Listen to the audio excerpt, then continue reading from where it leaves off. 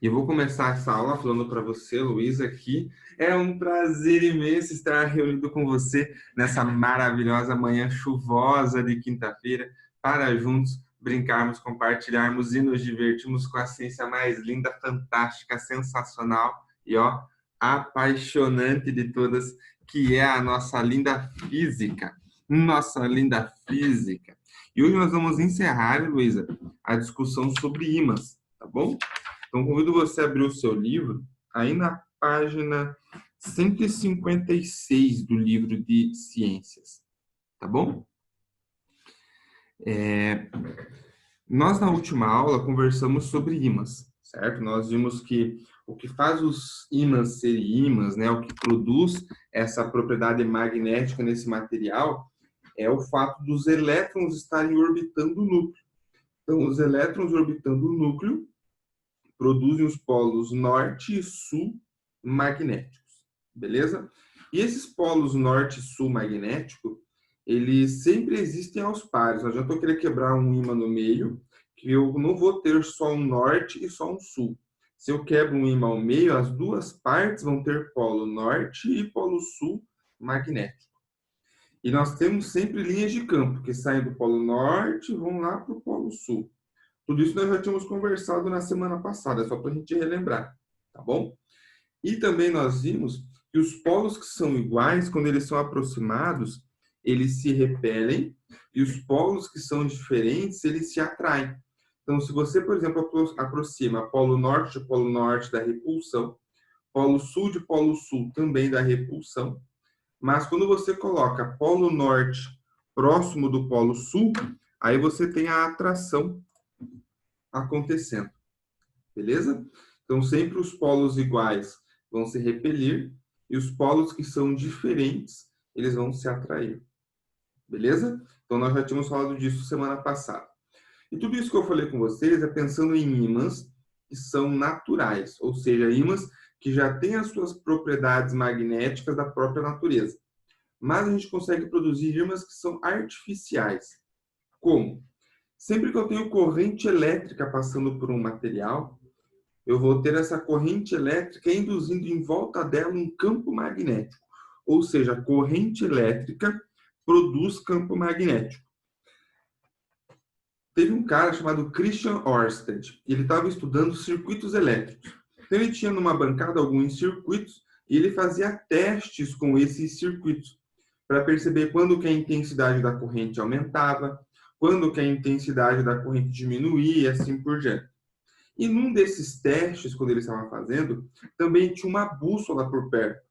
E ele percebeu que quando ele fechava o circuito, a bússola mudava a sua direção. Quando ele desligava, ela voltava para a posição inicial. Ele começou a pesquisar um pouco mais e ele chegou à conclusão de que toda corrente elétrica produz campo magnético. Então, por exemplo, o teu celular. O teu celular, ele tem corrente elétrica passando no circuito interno dele. Quando passa a corrente elétrica no circuito interno dele, essa corrente produz campo magnético em volta do celular. Nós temos a rede elétrica da nossa casa, passando pelo forro, por cima da laje, pelos conduítes e tudo mais. Quando passa a corrente elétrica por ali, em volta desses fios, surge um campo magnético. Então, esse campo magnético não é um campo magnético natural, é um campo magnético artificial. E foi essa descoberta que Christian Ørsted fez. Toda corrente elétrica produz campo magnético, tá bom? E jovens, então a gente já sabe que dá para ter campo magnético, natural e artificial. Eu posso ter campo magnético artificial criado por uma corrente, ou eu posso ter um campo magnético artificial porque eu pego um pedaço de ferro e deixo ele imantado, ele passa a ter comportamento de ímã, porque ele ficou muito tempo perto de um ímã, ficou com seus elétrons orientados e assim por diante. Mas aonde que eu posso aplicar tanto os ímãs artificiais quanto os ímãs naturais? Jovens, tem muitas aplicações que a gente pode usar para os ímãs. Por exemplo, porta de banco. Na porta de banco você tem um ímã. quando você vai fazer aquela rotação lá e trava a porta, né, aquelas portas giratórias, eles têm um campo magnético ali, e quando você tem metal no seu corpo, ao passar por essa porta, o ímã faz surgir corrente nesse metal. E aí a corrente do metal é detectada. A corrente do metal é detectada por esse sensor e bloqueia a porta. Então, sempre que tem metal passando por aquela porta, surge esse campo magnético induzido. E aí o sistema detecta e trava. Outro exemplo, o cartão magnético. O cartão magnético tem aquela tarjinha preta, não tem aqui, uma tarjinha preta, campo magnético, ele tem propriedades magnéticas.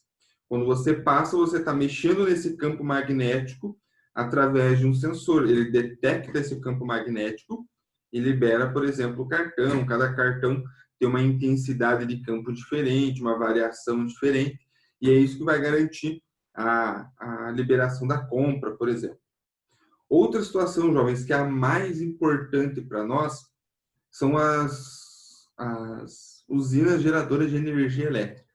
Se você parar para pensar nas usinas que geram energia, todas elas têm uma turbina. Essa turbina pode ser movimentada por água, por vapor, enfim, por várias formas diferentes, mas todas têm uma turbina. E dentro dessa turbina, jovens, nós temos ímãs. Beleza? Se vocês olharem aí no livro comigo na página 158, vocês vão ver a figura de uma usina hidrelétrica. Então, olha só como que é o parangolê. A água está lá no alto, no reservatório. Ela desce e passa pelo duto. Quando você tem essa massa de água saindo lá do ponto mais alto e descendo, ela ganha energia potencial gravitacional. Ela está numa certa altura, então ela tem energia potencial gravitacional. Quando ela desce e passa pelo duto, essa energia potencial gravitacional é transformada em energia cinética. Essa água passa pelo duto com uma velocidade muito grande. Olhando no desenho, a água passa pelo duto e lá embaixo tem uma turbina. Então, essa água com uma velocidade muito grande passa por uma turbina e ela gira essa turbina. Depois ela escoa e vai embora lá para o leito do rio. Vamos pensar nessa turbina. Percebam que a turbina está ligada a um gerador, que está ligada a um transformador. Tudo isso é chamado de usina geradora, que manda energia para as linhas de distribuição. Aquela turbina, jovenzinhos, quando ela gira, percebam que ela está acoplada ao gerador. Dentro do gerador, você tem vários ímãs, e quando a turbina gira, esses ímãs também vão girar, tá bom? Então, as turbinas giram, os ímãs giram. E quando você tem um ímã girando, jovenzinhos, você vai ter variação do fluxo do campo magnético. What? Como assim, professor? Lembra que eu falei para vocês que existem linhas de campo que saem do polo norte e vão para o polo sul? Então, essas linhas de campo, elas existem ali em volta do ímã, mesmo que você não esteja vendo.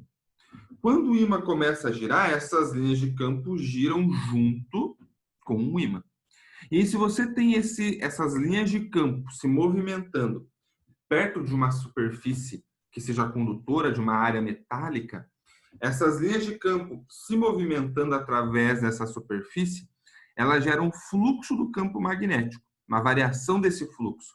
Então, tem muitas linhas passando. Quando gira, poucas linhas começam a passar. Como ele está girando, muitas linhas começam a passar de novo. Daí afasta, aproxima, afasta, aproxima. E é essa movimentação do campo magnético que faz surgir corrente elétrica no sistema. Vejam, jovens, um detalhe importantíssimo aqui. É o campo magnético que faz surgir a corrente? Não. É a movimentação do campo.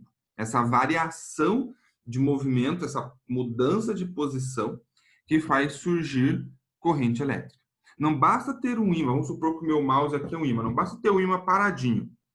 Esse ímã tem que estar se movimentando, ele pode estar girando, por exemplo, ou ele pode estar indo e vindo. O importante é que exista movimentação desse ímã, variação do fluxo magnético, porque ele se movimenta através de um material condutor. E é isso que acontece quando a turbina gira, ela gira esses ímãs. E em volta dos ímãs, jovens, existe uma casca metálica com várias voltas de fio de cobre. E o que acontece? Essa movimentação do ímã faz surgir nos fios de cobre corrente elétrica. E é essa corrente elétrica que vai para as linhas de distribuição, que são enviadas até as nossas residências, as fábricas, hospitais, lojas e assim por diante. Então, repare que na usina hidrelétrica, a turbina gira porque existe uma passagem de água por ela. Na geração de energia eólica, por exemplo, você usa a movimentação do ar para girar uma turbina, aquelas hélices. E aí, quando aquela hélice gira, gira o ímã dentro daquele sistema, o ímã que está acoplado ali. Quando você pensa na usina termoelétrica, você tem queima de combustível acontecendo. Essa queima de combustível aquece uma caldeira de água. Essa caldeira de água libera vapor. E aí esse vapor de água passa com uma pressão muito grande por uma turbina e gira uma turbina. Então você sempre vai ter alguma coisa girando. Isso que vai estar girando vai ter ímãs acoplados dentro de si, e esses ímãs acoplados vai fazer surgir corrente elétrica no material. E é essa corrente elétrica que chega, jovens, até a nossa residência. Beleza? Então vamos ver duas coisas importantes. Ó. Christian Ørsted foi o cientista que descobriu que a corrente elétrica gerava campo. Michael Faraday foi o cientista que descobriu que quando você movimenta um ímã, essa movimentação faz surgir corrente elétrica. É como se fosse um vai e vem. Ó. Campo magnético gera corrente, campo magnético se movimentando gera corrente. Corrente gera campo, campo gera corrente. Beleza? Só que uma relação foi descoberta por Christian Ørsted e a outra foi descoberta por Michael Faraday. Beleza? Se vocês olharem aí no livro de vocês, jovenzinhos, na página 159, tem ali, ó, Conheça o Cientista. Ele conta um pouquinho da história de Michael Faraday, como que ele descobriu essa relação, tá bom? Depois sugiro a leitura aí para vocês. É bem legal essa relação, jovenzinhos, das descobertas que nós temos no meio científico. Apesar de serem duas relações, né, intrínsecas uma à outra, são descobertas em momentos diferentes, né? Uma descoberta por um cientista, a outra é descoberta por outro cientista. E é assim que a ciência vai se construindo, né? Uma construção humana. Ao longo da história, descobertas vão sendo feitas e no momento tudo isso se junta e forma um novo conhecimento. É lindo, né? Física é sensacional, física é maravilhosa. Gatinhas, até aí, abram o coraçãozinho de vocês e mandem perguntinhas e questionamentos. Vai lá. Sossegado, de boas? De boas na Lagoas? Tá de boa, professor. Beleza, dona Letícia, beleza. Jovenzinhos, então é o seguinte. Nós temos aí mais 20 minutinhos de aula, mais ou menos, que eu vou deixar reservado para vocês fazerem esses exercícios da página 160 até a 162, tá bom? E aí, na semana que vem, eu vou fazer a correção dessas atividades com vocês, beleza? Jovenzinhas, na próxima aula de hoje, eu deixei indicado para vocês algumas leituras de aplicação do campo magnético, tá bom? Tem algumas que são aqui do livro de vocês, tem outras que são de links que eu deixei indicados, que são bem interessantes também. São leituras curtas, mas que trazem uma aplicação bem bacana do magnetismo no nosso cotidiano. Beleza? Jovenzinhas, então nós encerramos essa primeira aulinha por aqui. Os minutinhos restantes é para vocês poderem brincar com esses exercícios. Porém, eu continuo online para atender qualquer dúvida que vocês tenham dos exercícios. Vocês podem me chamar lá no chat, chamar lá, professor, eis-me aqui. E aí eu vou ajudando vocês. Beleza? Mas aí aqui no Zoom, nós encerramos por aqui. Joinha? Sossegado? Beleza, professor. Obrigado pela aula. Eu que agradeço a sua presença, minha rainha.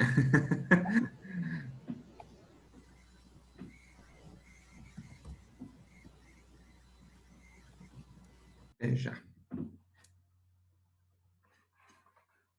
Tchau, professor. Tchau.